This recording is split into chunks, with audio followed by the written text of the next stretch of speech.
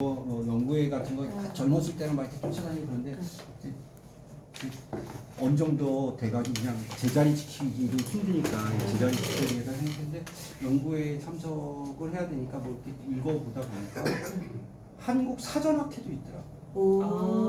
한국 사전학회도 있어가지고 아 이런 학회도 있나 했고 그 우리 역사 선생님이 계시지만은 우리 역사책에 보면 사전이라고 할 만한 것들이 뭐 우리가 역사 이렇게 중고등학교 다니면서 지봉유설, 지봉유설, 뭐 최근에는 임원경제지 그런 것들이 이제 한문으로 된 그 백과사전은 있고 뭐 17세기 뭐 이렇게 18세기 그런 백과사전은 있고 사전으로 그 처음 된 거는 유감스럽게도 한국인이 만든 게 아니라 프랑스 외방선교회에서 일본 요코하마에서 1880년에 조선어 불란서 사전을 만들었더라고요. 그래서 내가 외국인들이 오히려 뭐냐 이렇게 조선어에 관심이 있었고 거기서부터 시작을 했고 요코하마에서 그 중문으로 된 한문 뭐 중문으로 된 성경을 한글로 번역하기 시작하면서 한글이 발전을 했고 그러면서 비약적으로 한글이 계속 비약적으로 발전을 했고 그리고 1890년대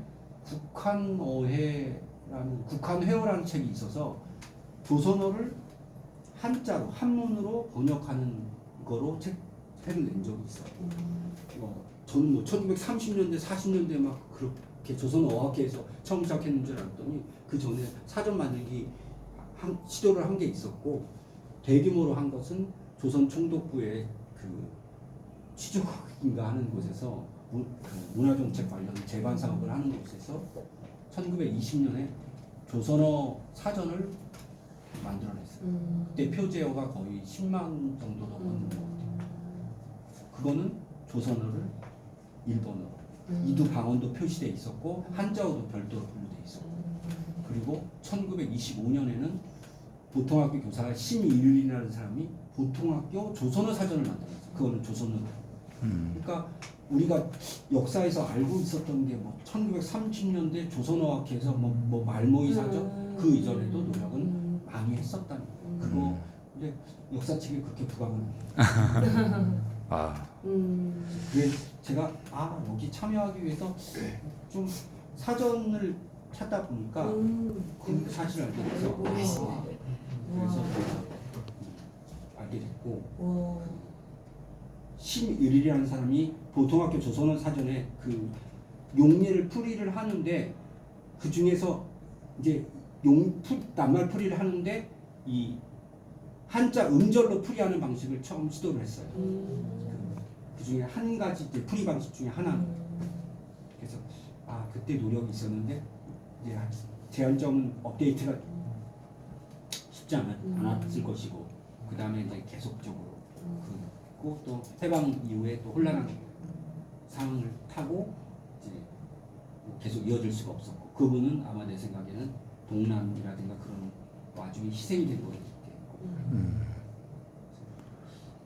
그래서 이 한국어 그 속뜻 사전이라는 게 참 어려운 거기 때문에 예를 들어서 보리 국어 사전, 연세 국어 사전 그런 타 출판사에서 국어 사전 학습 사전을 냈는데 그런 데서는 표제어를 이제 북한 관련이라든가 북한어라든가 방언이라든가 그런 걸 넣기 위해서 그런 출판사에서도 계속 노력을 하고 있는 겁니다.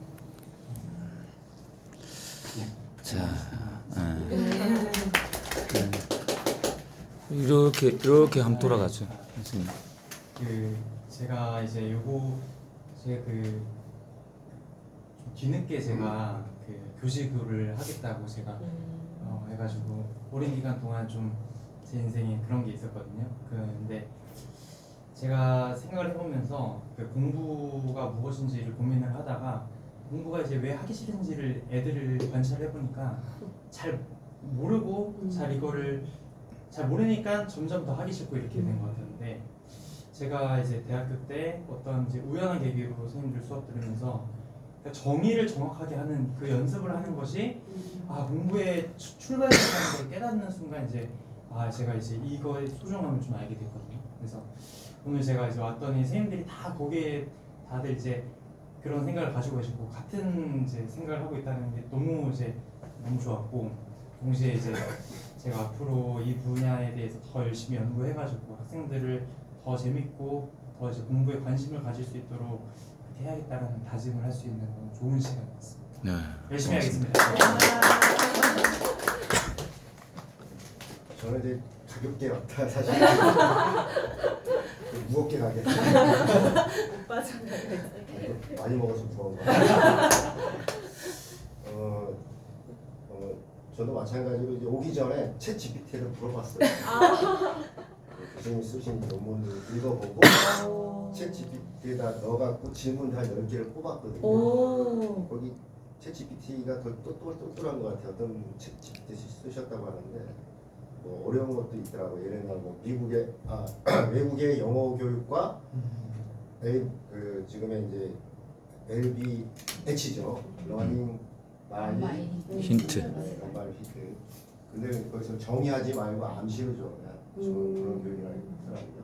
그런데 이제 미국에도 이제 그런 교육을 하는데 어떤 차별성이 있고 또 공통성은 뭐고 분명 그런 교육을 하고 있을 테니까 그런 교육을 이 한자 우리 속도 교육에다 적용을 하면 거기서 응용할 부분도 있을 것 같다는 생각이 들었고요. 그 다음에 이제 또 그 체육에 대해서 용어를 또 이렇게 찾아봤는데 잘해줬더라고요. 학습 목표. 그다음에 뭐 찾아보시면 아니까 내용 구체적으로 설명 여기 다 찾아봤어요. 근데 얼핏 들은 게 이제 얘기를 하면서 이렇게 아이디어가 떠오르는 것은 작년에 2022 개정교육과정 체육교과서를 집필을 했고 또 3, 4학년 했고 5, 6학년 완성을 줬거든요. 미래입니다. 참고 좀.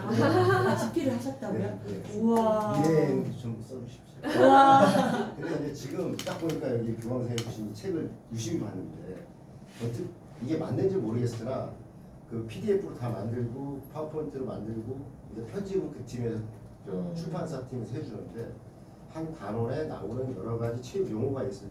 예를 들면 태권도, 씨름 씨름은 우리나라 말이 아니고 뭐 그런 아까 얘기한 뭐 심폐지구력 이런 단어를 네모를 쳐서 그림으로 해서 애들이 체육교과서를 잘 안 보니까 그래서 1차 시에 그 이해 단원에서 그걸 응용해서 매 단원 할 수는 없으니까 그런 식으로 한번 그림과 한자를 네모 박스로 넣어서 지금 방금 굿.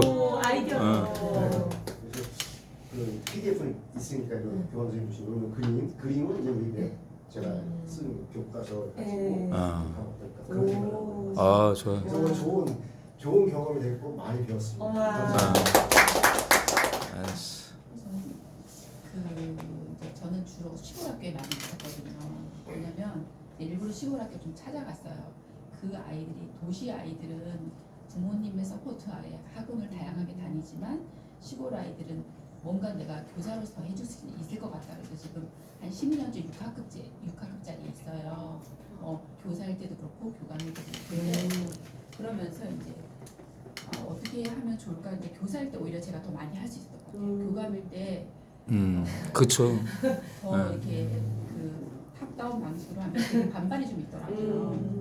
근데 이제 저 연구부장님이 저랑 좀 뜻이 맞아서 이걸 하고 있는데 저 사실은 제 마음에 좀 차진 않지만 그래서 제가 요걸 가지고 이걸 또 반으로 잘라서 그림 넣고 여기 할까 하고 아니면 영상을 좀 찍어볼까 이런 생각을 하고 있는데 다양하게 한번 해보겠습니다. 그리고 너무 이렇게 이런 뜻을 그러니까 가장 아까 선생님 말씀하신 모든 게 사실은 뭐 그 애들이 최대 공약수 최대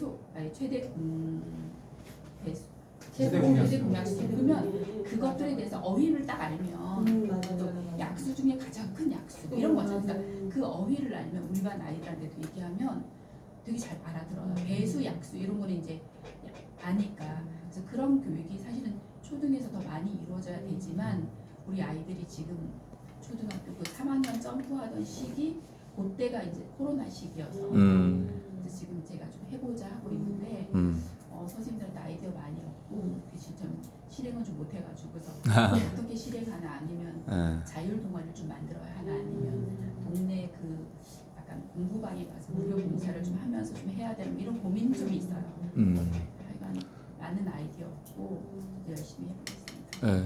아 고맙습니다. 선생님 뭐 저기 뭘 되든 간에 저기 고문으로 늘 모시겠습니다. 예. 네, 저는 사실 이런 고민을 저는 한문 교사만 하는 줄 알았거든요. 근데 이제 카톡방도 들어와 보고 연구에도 참여해 보니까 많은 선생님들께서 그러니까 일상 용어나 어떤 교과 학습 어휘에 대한 어떤 정의, 풀이에 대해서 많이 집중을 하고 계시구나라는 걸 느꼈습니다. 그리고 저는 이 한문 교과의 어떤 정체성에 대해서 좀 고민을 하는데요. 아무래도 여러 어휘를 많이 쓰는 교과가 배우기 위해서는 이렇게 한문 용어나 전문 용어를 배울 수밖에 없잖아요.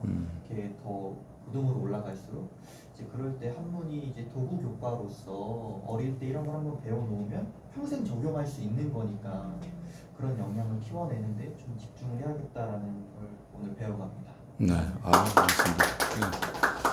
저도 하는 정말 많이 한 것 같은데 저는 초등에도 세부 과가 있어요. 그래서 저는 과학교육하고 원래 과학 이과형 인간인데 대학원도 그래서 중등 선생님들이랑 같이 공통과학 교육을 했어요.